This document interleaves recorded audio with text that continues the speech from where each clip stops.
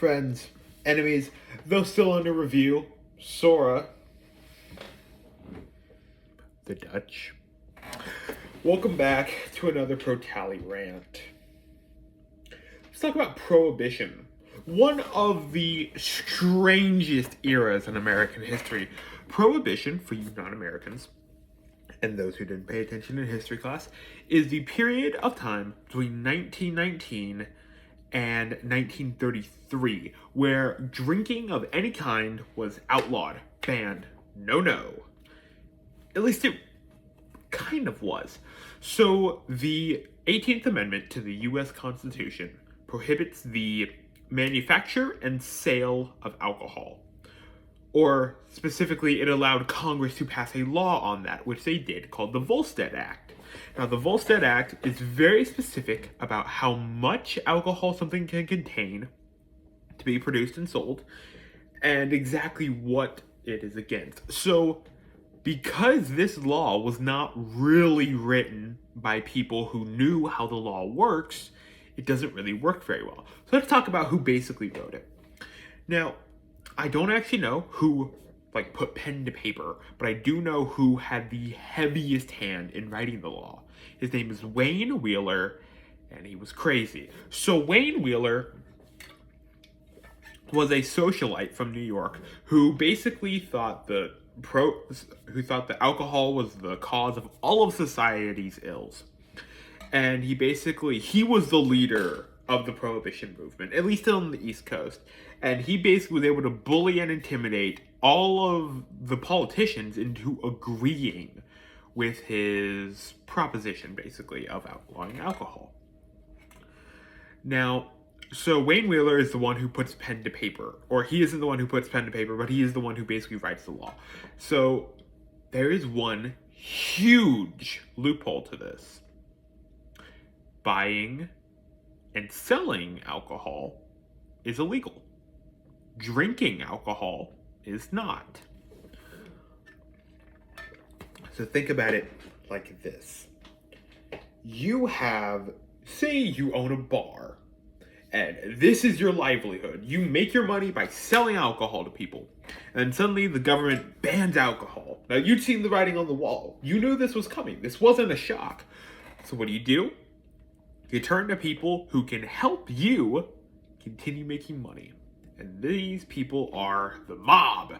Think Al Capone and those kinds of people. These mobsters basically corner the alcohol market so that now it becomes a much bigger problem than it ever was.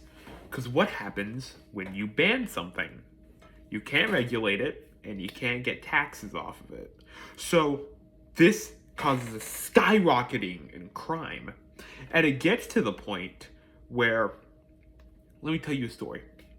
This prohibition officer, the U.S. government creates an agency to monitor sale of alcohol. So let's just call this guy a prohibition officer. He wants to see what city is violating the Volstead Act the most. So he goes around to different cities throughout the U.S., and he just times how long it takes him to be offered alcohol. Take a wild guess which city won. It was New Orleans. He gets into a cab and is immediately offered alcohol. 30 seconds. So this does nothing to solve the problem. And here's the thing. It's not that these politicians were dumb. They knew it wouldn't work, and they didn't really care. So there is the misconception about prohibition that everyone knew they thought it was a good idea until they did it and they found it wasn't a good idea. Now, there are definitely those who thought, yes, we should ban alcohol. It's bad for society. And some people were a little more pragmatic about that, but most people knew that this wasn't a great idea. So let's talk about why they did it anyway.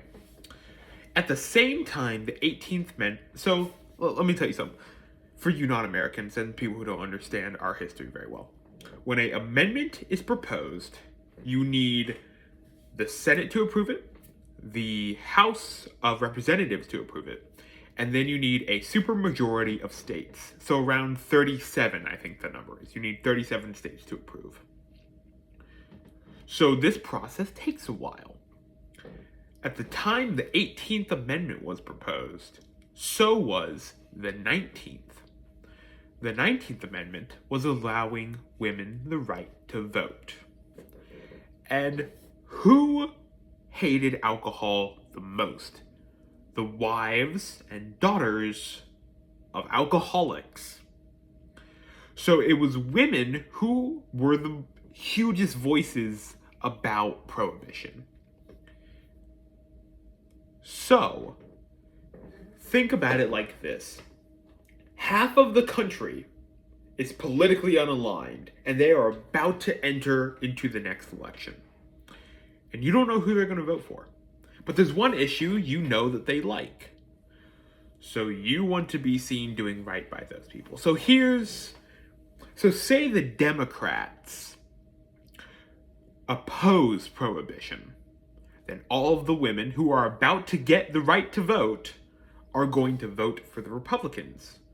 And say, if you're the Republicans and you oppose prohibition, and women are about to get the right to vote, they will all vote for the Democrats. So both parties wanted women to vote for them. So they both support prohibition. It's a really weird part of American history. And it's not like, no one knew that this was going to happen. We all basically kind of understood that prohibition wasn't going to be a good thing, but we didn't really care because we wanted the votes and the money that comes along with that. Have fun, everyone. Bully Sam, and remember, Allie.